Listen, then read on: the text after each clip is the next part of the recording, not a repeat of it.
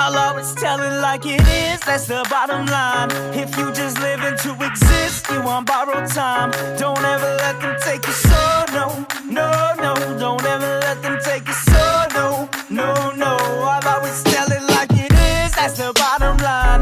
If you just living to exist, you on borrowed time. Don't ever let them take your soul, no, no, no. Don't ever let them take your soul, no, no, no. That's the bottom line. That's the bottom line. Yeah, that's the bottom. That's the bottom line. That's the bottom. So you talked about your dad. You talked about him sort of at the end of his road and how serenity came for him, right? And he was just comfortable. He just wanted to be with his family. He didn't want any of the fixings, if you will, that come along with having a son that's super successful, right? You could have did anything in the world for him, monetarily, right? But he just wanted to be with his family. Tell me about your family and the importance of being able to spend time with your family and to be able to share this gift that we have, right? We're able to share this with everyone around us. Everyone around us benefits from our recovery. Tell me a little bit about what that's like for you, Chris. Well, I think what it is being a real dad and being a real foundation for my wife and my family. Having real conversations, being able to reflect on my experiences to try and help them navigate through their lives. And when you mentioned, Jimmy, about, you going from maximum security to minimum security, that is so appropriate because it's progress, right? We're never going to be perfect, but our experiences will help us navigate. Something's going to pop up later today, but we're going to be able to navigate through it. And having that confidence and the experience is so important. And being able to pass it on. Yeah, we pass it on in meetings. We pass it on to other people in sobriety, but other people gravitate towards that too. When you have a certain stability and confidence and humility, which is really important, people tend to gravitate towards that. And I got 4 kids, 28, 27, 22, and 19, all different stages of life. Things come up. And I just find myself able to be there for them and stable, not overreact. Like we talked about earlier, I said about not overreacting, but know when to act. That's something I've gotten better at over time, and just like you talked earlier too, I was one of those guys, back when I was right before I went to rehab. If I'm in California, I get a call from New York with my mom, my dad, some friends or family. Everything's great, man. This is awesome out here. And I was dying, dude. I didn't want to tell the truth. Dude, you're 22, 23, you're making money, you're a pro basketball player. You're gonna say everything's not great? Yeah. that was a farce, dude. That was a lie, right? And you talk about how do you feel? Not what do you have? What are you doing? How do you feel? And that to me permeates late at night, well, like before I go to bed, when you thank God for a good day, and you're just grateful. Yeah, everything didn't go great, but you know what? Overall, really good day. I had a good day, and thank you. Right? And that's serenity. That's like I said, that's balance and being grateful. And that takes training. Because my inclination and geez, right now the whole world is what's wrong. All you gotta do is turn news on. All these everything's terrible. It's not a good place to live your life, Right. And I understand there's a lot of people going through a lot of tough times, but to get through them, you are in control of your attitude. Like you said earlier, things are gonna how you deal with them. Not everyone's gonna everyone's gonna get hit with some nasty things, and through recovery, you get these tools to deal with them. Yeah. And that's the gift, man. That's the gift, dude. And then you talked about the age thing. To me, when I talk to younger kids or talk to my kids, I just like I said earlier, there was a part of my life I loved hanging out and partying. I can't say it was all bad, or else I wouldn't have done it so long. Sure. Also, just like we talked about the pandemic, right?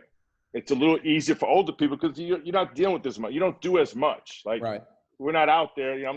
Don't go to clubs. I don't go to clubs. I just don't do a lot of those things. So it's a little easier to adapt to this situation for an older person, in my opinion. Same with sobriety.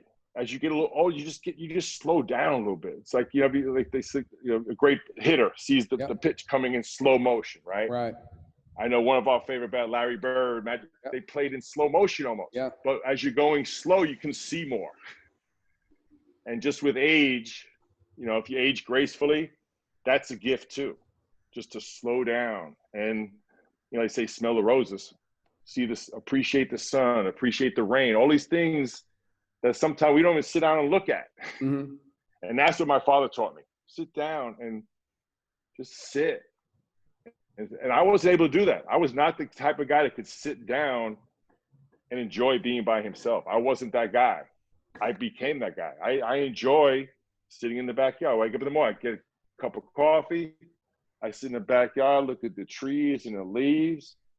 At 25, are you kidding me? No way. That wasn't happening. Yeah. I'll tell you, it's amazing how these gifts that we have, and you talked about it a lot, and, a lot of people are struggling right now in the world, right? And a lot of people, particularly a lot of people that sort of have the similar difficulties that we've experienced in our lives, right? People that have issues with addiction are suffering greatly. But I think also that people that have true recovery, right? You talked about it. We have a kit of spiritual tools that were laid at our feet by the people who came before us, right? We're blessed because if we can just pick up that kit of spiritual tools, right, we can go through. This is like the most unbelievable thing that has ever happened in our lifetime, right? Like a pandemic, people locked in their homes, people losing their jobs, their businesses, everything, right? And suffering real difficulty. And for me personally, this has been a great time of reflection and connection with people that I love, right? And taking the time to really connect with them and to connect with my family and my children, right? And spend the time at home because just like you, I have a busy life now, right? Because of all the gifts that I've received from finding this one gift of recovery, my life has become very full. And much of it is in service to others. But sometimes other people they pay the price for that service to others, right? Because I'm gone. And being home and being, I'm blessed. I'm celebrating 25 years of marriage to a woman who I met in early recovery, and we pray together. We that connection is real for us, and it's important, and it's only gotten stronger through these difficult times. We've been able to lean on each other and lean on our faith, which sort of leads me into my next little question, and that is, you talked about growing up. An Irish Catholic kid. I know you went to a Catholic college. Are you still participating in your faith? You go to church? Is that something that you incorporate in your life now? Yeah, it's been a huge blessing for me to grow up the way I did, because it was easy for me to find a higher power. Sometimes it's hard for people to find what does that mean? Like initially, right? Like I'm not spiritual, I'm not into religion, my life sucks, all these different. I had that foundation. I had lost. I went out of touch a little bit. I went a different road. But when I came back, it made total sense to me. Going 16 years of Catholic school, I had that. It was in me. Now I tried to get rid of it, but it was there. So that's a blessing for me to come back. I mean, as a matter of fact, yesterday I went with a buddy of mine to my old neighborhood in Alameda, to St. Joseph's Notre Dame High School. We just messed around the gym, and Father Mario comes walking through, a young priest, man. He had to be 30 years old, maybe. It took me back to my childhood in 2 seconds, man. It was awesome. But having that spirituality I know some people struggle with that. Some Yeah. people have a hard time finding that. That was in me. That was, that's another thing. I look back at these different things I did as a child that have come back. Like when I was in 4th, 5th, 6th grade, I was on a swim team, just the local CYO swim team. Yep. I hadn't swam for 35 years, not a lap. Right. Had my knee done, had my hip done. Doctor's like, best thing for you is to get in the pool. Now I'm an avid swimmer again. But that's something I was taught as a young kid. It came back as a gift now. Right. Little things like that, right? Religion, the same thing. That's really helped me. So although I got lost for a while, when I found it, it made sense to me. That because I know people do struggle with that. You know what I mean? When they first come into whatever program it might be. Right. But I also know that's the real key. Having spirituality is the key. Right. It's because there's some things we can't explain. You have to have some faith. There's got to be faith in your life that, yeah, I'm in this situation now. It's going to be okay. Don't give up. Right. And hang in there. You talk about one day at a time. Sometimes it's an hour at a time. Sometimes it's a minute at a time. I'll tell you something that's crazy is, it's been, obviously, this is like craziness, right? And we see the way the world has, with the pandemic, it was really heartbreaking to me to see liquor stores open, but churches closed, right? Like it was devastating to me, right? And I've been blessed because so through a lot of this pandemic, I've been streaming mass for the priest down the street. So all through Holy Week, all through that, I got to go to mass every day when other people couldn't, and they had to watch it on their computer. And then they opened up the churches, and it was just like, it's been difficult. It's been difficult. We stay steady. We go. We pray. Me and my wife, like I said, we pray together a lot. We do the rosary together. Like we're in it, and we believe, and we rely on God completely. And but it's been tough, man. And so I can only imagine what it's like for people who don't have that connection, right? And have to go through all of this alone, right?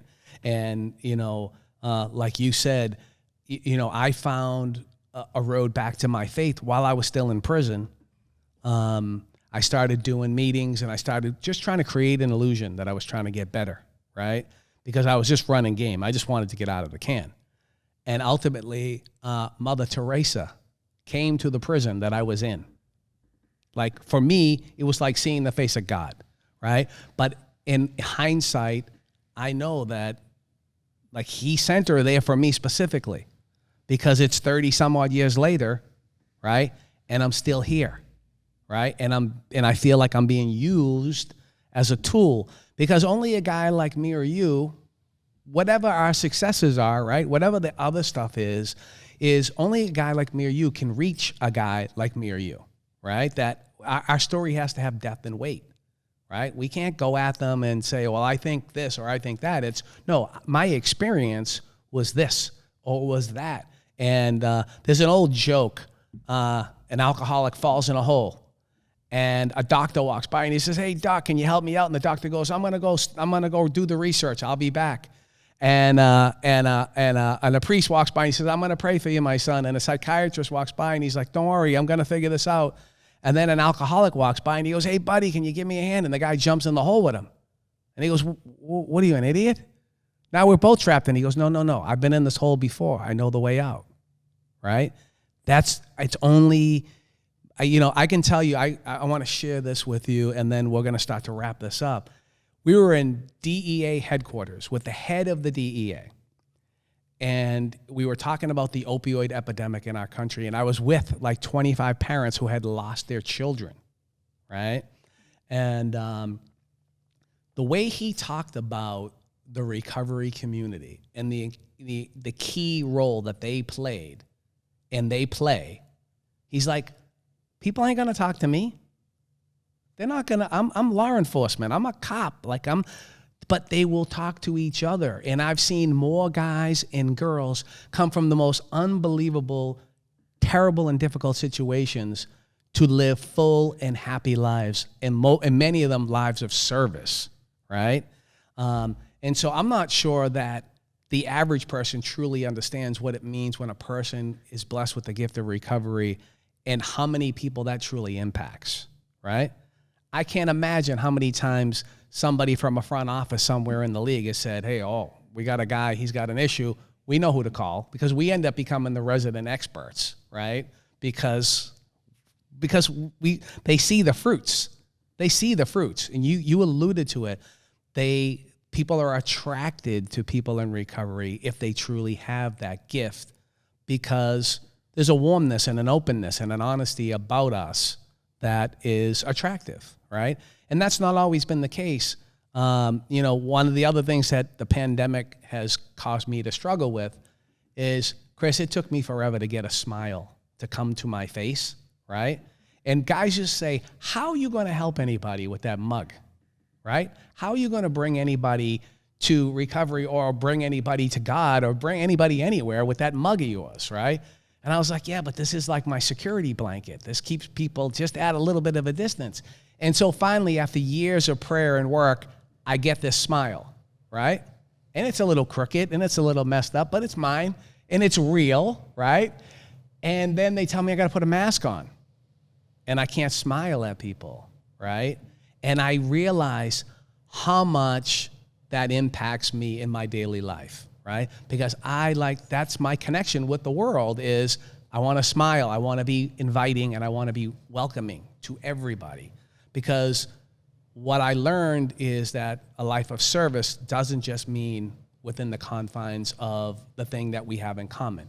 It's everybody, right? And we have the opportunity to be a conduit of joy and happiness to everybody because of that kit of spiritual tools that were laid at our feet.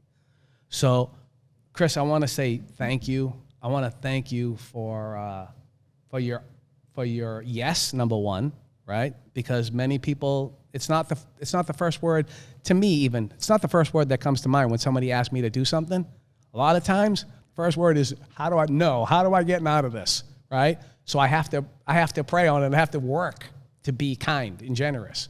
So I appreciate your yes and your honesty, for your willingness to be of service, because that's really what this is about, man. This is about being of service, right?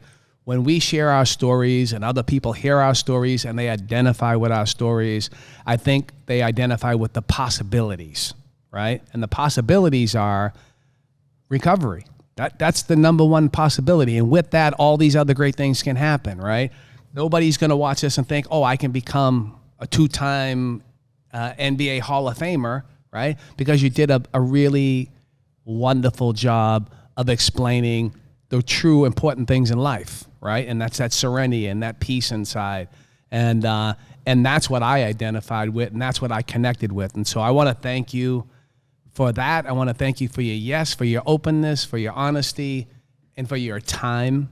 And yeah, man, I'd like to just say that, in doing this, in putting ourselves out there, I really feel like it separates people from that thought process of this only happens somewhere else, or it only happens to somebody else, right?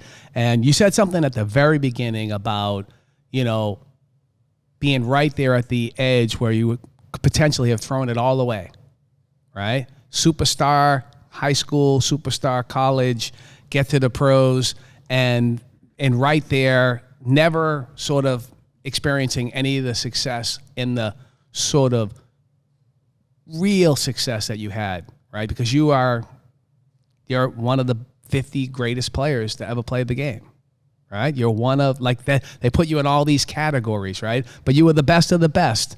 And the fact that you equate that to the gift of recovery and having that kit of spiritual tools is just fantastic. So I want to thank you again. I want to thank you also just for being a friend, man, because it means a lot to me.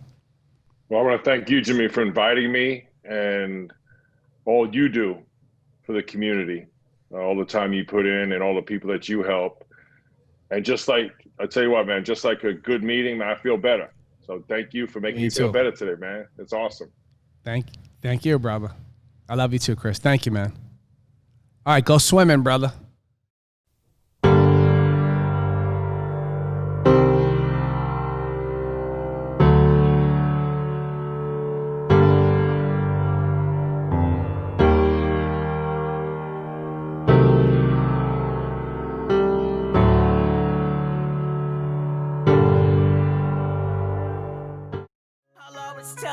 Hey guys, Jim Wahlberg here from The Bottom Line. Listen, I just want to remind you, please make sure you subscribe to our YouTube page at Wall Street Productions.